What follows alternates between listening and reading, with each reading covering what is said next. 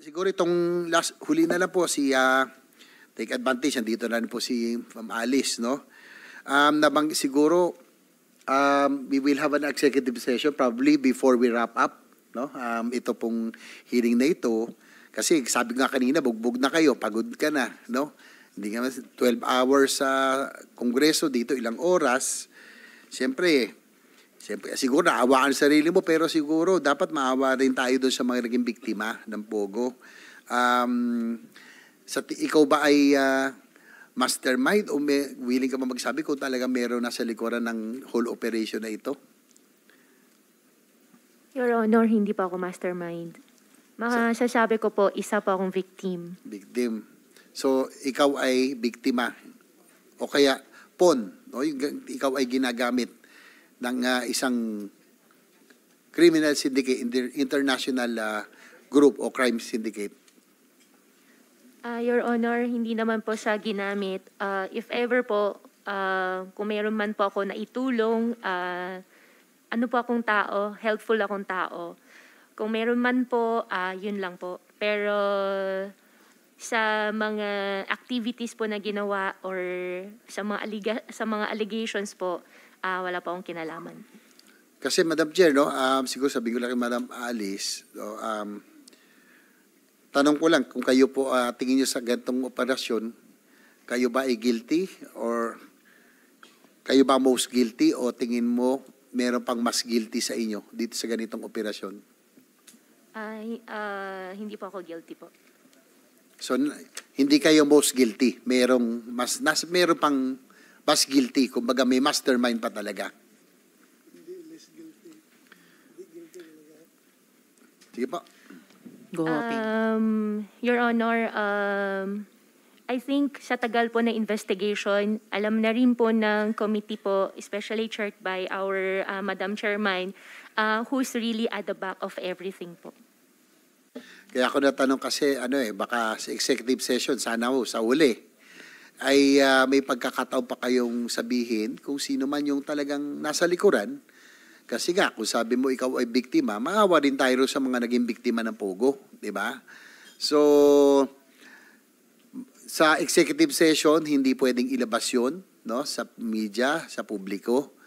Maintindihan namin kung ikaw ay natatakot, no? Dahil international crime syndicate po ito, natatakot ka para sa buhay mo.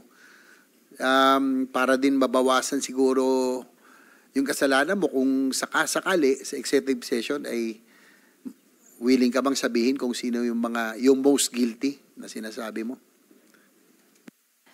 Yes po, Your Honor.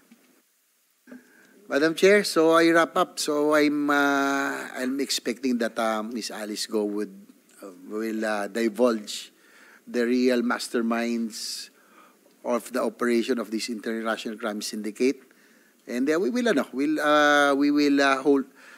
be responsible for her safety. So alam ko naman natin yun, pero sana po masabi po niya sa totoo. So she said yes already. So we will just wait for the executive session. Thank you, Madam Chair. Maraming salamat, Senator JV. I think it's the first time narinig ko na sinabi ni Guo Huaping na mayroon na tayong natutumbok sa buong kwento nung sino ang pinakamatataas sa likod nitong mga Pogo sa Pilipinas. At yung isa pa namin gustong malaman, sino sa mga government personnel o officials ang tumulong sa pagtakas kahit for monetary considerations. So if at the proper time gagawa ng motion si Senator JV for an executive session, posible sa susunod at posibleng huling hearing, the chair will be very open to that. Pag-isipan nyo rin yan. Huaping, maghingi ka ng payo sa iyong mga abogado para kung gagawin natin yung prosesong iyon, make the most use of it. Don't waste the time, don't waste the opportunity, but yes, make Madam the Chair, most use of it. thank you for that. Senator I will also, the proper time, make the motion for an executive session. And given the fact that Miss Alice Goat just now, ngayon lang niya sinabi na talagang sasabihin niya, naawa na rin kami sa inyo. Bugbog ka na, 13 hours, no? Nakakapagod din emotionally. So sana para sa mga biktima, biktima ka, lalo sa mga naging biktima, sabihin mo na rin, no, sa executive session. Thank you, Madam Chair.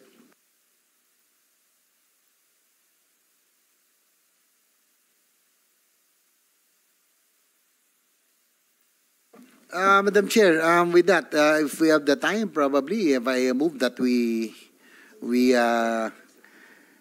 convene this committee in the executive session. Second the motion, Madam Chair. Moved and seconded and so ordered by the chair that in about 7 minutes, pag-suspend ng hearing na ito, we will move into executive session.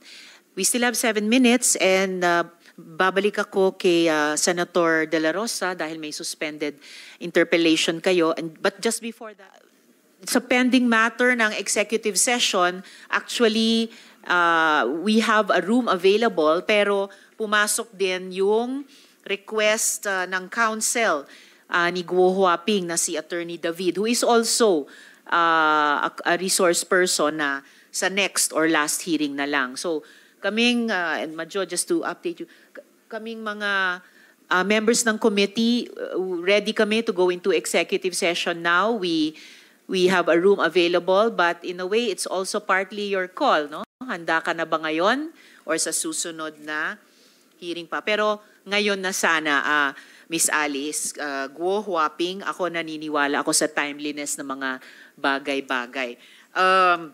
If I may, yes, kung maaari po, Majority Leader, I'd just like to make a brief closing remark before we suspend. And then unless may violent objections, mag-move into executive session na po tayo. Tony Yang, alias Antonio Maestrado Lim, real name Yang Jianqin, has made many stunning revelations. He admitted that he is a Chinese national who co-opted a Filipino identity to establish businesses here. He admitted that he was born in China, thus admitting that his Filipino birth certificate is fake. He admitted to having no boss and being the boss of his businesses. Ang problema, at least one of those businesses involves a POGO connected to Bamban with its own slew of illegal activities. Hindi lang negosyo ang patagon nilang tinatayo dito, sindikato. And it's not only Filipino identities they have co-opted, unti-unting lumalabas sa hearings natin na pati mga opisyal at institusyon ng gobyerno ay unti-unti nilang napapas sa kamay. Zhao Xiaoqi, sorry if I did not pronounce it correctly, has admitted that he offered 1 million pesos to ensure special treatment for his wife and grandchild. Senator Joel had reported that Tony Yang had police escorts with him at the Laguindingan Airport. It appears that POGO influence has taken hold in the local governments of Bamban, Porac, Sual, and possibly Homalig. Malamang ay hindi pa buo ang kwentong ito at lumalabas na pati law enforcers ay posibleng na kompromiso. This creeping invasion must be halted. Nagpanggap kayong Pilipino at ginawa niyong pugad ng krimen ang bansa namin. Pero hindi niyo kami kilala. Hindi kami papayag po dito. I had a hope that this would be the last hearing, but there are revelations that warrant further investigations and individuals whose side needs to be heard. In the interest of fairness, General Acorda will be invited to the next hearing. Again, Ms. Sheila Guo, your contempt citation is lifted. I'm informed that the court sheriff is here to serve subpoenas to Cassandra Ong for human trafficking and Guo Huaping and Zhang Mier for money laundering. The OSAA is instructed to extend the necessary assistance. This hearing, before I suspend, May we ask from the Honorable Chair, Majority Leader, if Senator we're going to Francis. proceed with the executive session, because I've made likewise, as per your request, during the last hearing, I've made available the adjacent office, which is Thank just you. a few steps away, Madam Chair. Thank you very much, Majority So it is Leader. the pleasure now of the committee to have the executive session, or kasi matagal ka na nanghihingi na executive session, Miss Alice. tuloy na ba ngayon? Gusto ng komite. What say you? Your Go Honor, Huaping? Madam Chair, I'm very thankful po for the opportunity po. However po, gusto ko po sana kasama po yung council ko po, yung league council ko po sana. Request ko lang po. So sa next and Opo, possibly next po. last hearing na lang Opo. natin. Wala ba Wala dito yung lang. council mo? Kasama. Di ba Wala may- ba yung council nyo Sino rito? yung Wala po. kinoconsult mo kanina? Nasa Cebu po sila, darating po sila sa Thursday po. Sino yung kinakausap mo sa likod At- mo? Ano Si attorney ko, hindi nyo ba council? partners po. Apo. Sinong Oh, council? council Council man ba yan. yan? Ni-request ko po si Attorney Stephen po, tsaka si Attorney Avisado po. Attorney Avisado and Attorney Stephen David po. Attorney David. Madam Chair, Senator let us Ramos. inform the resource person that whatever will be taken up during the executive session, hindi namin yan ilalabas. Hanggang sa committee lang yan. Kaya huwag kang mag-alala. Hindi namin dito, hindi kami mga traidor. Kung ano pag-usapan doon sa loob, sa amin lang yan for the consumption of this committee. Kaya huwag kang mag-alala. Then, I'm worried kung bigyan pa natin ng next chance, Madam Chair, baka lalala yung sakit niya, magkakaroon ng medical reasons na hindi na magdating dito. So, mas mabuti ngayon na, nandito na tayo. Baka mamaya, busy na tayo sa budget deliberation, Madam Chair. Next week, wala na. So, let us use this opportunity. The That's chair all, Madam adds Chair. her advice to that of Senator De La Rosa. Go Huaping, napapanahon na eh. Nandito na yung lugar, ni-reassure kayo muli ni Senator De La Rosa nung assurance ng komite tuwing gagawa kami ng anumang executive session. I will really advise you to take advantage of this moment. At kung may bitin pa or nagtyaga nga kami sa mabagal na translation with resource persons na sa tingin naman namin nakakaintindi naman. You may ask Attorney Ko and your other counsels here present to consult with Attorney David kung may tanong ka during the executive session. But I really advise you to take advantage of this opportunity And Madam Chair, today. Madam Chair, Majority Leader. Kung masama ang pakiramdam niya, yung office ko katabi lang yung clinic eh. Pwede rin natin pa-assist sa'yo, Miss Alice, yung mga doktora at doktor doon. Opo. So muli, anong say nyo? Go Huaping. Madam Chair, okay lang po na makausap ka lang po saglit si Attorney Stephen David po. Please do that. Apo. In the meantime, habang iniintay natin,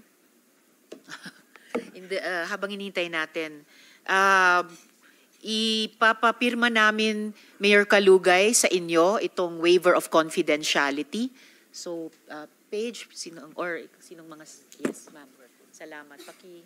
Abot kay Mayor Kalugay para ngayon pa lang meron na po naming kaming signed waiver of confidentiality. Ito po yung sa okay.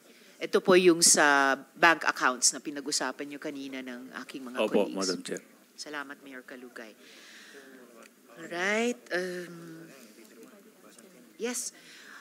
Sa iba pang mga resource persons at iba pang mga tao na nasa hall, you may leave now pending yung final decision po namin kung itutuloy yung aming executive session. So, maraming salamat po sa ibang mga resource persons. Yes, the chair reiterates, ang wish ko rin sana ay ituloy na natin ang executive session. Hindi ko pa eh. Nasuspend ko na ba? Yes, I suspended already.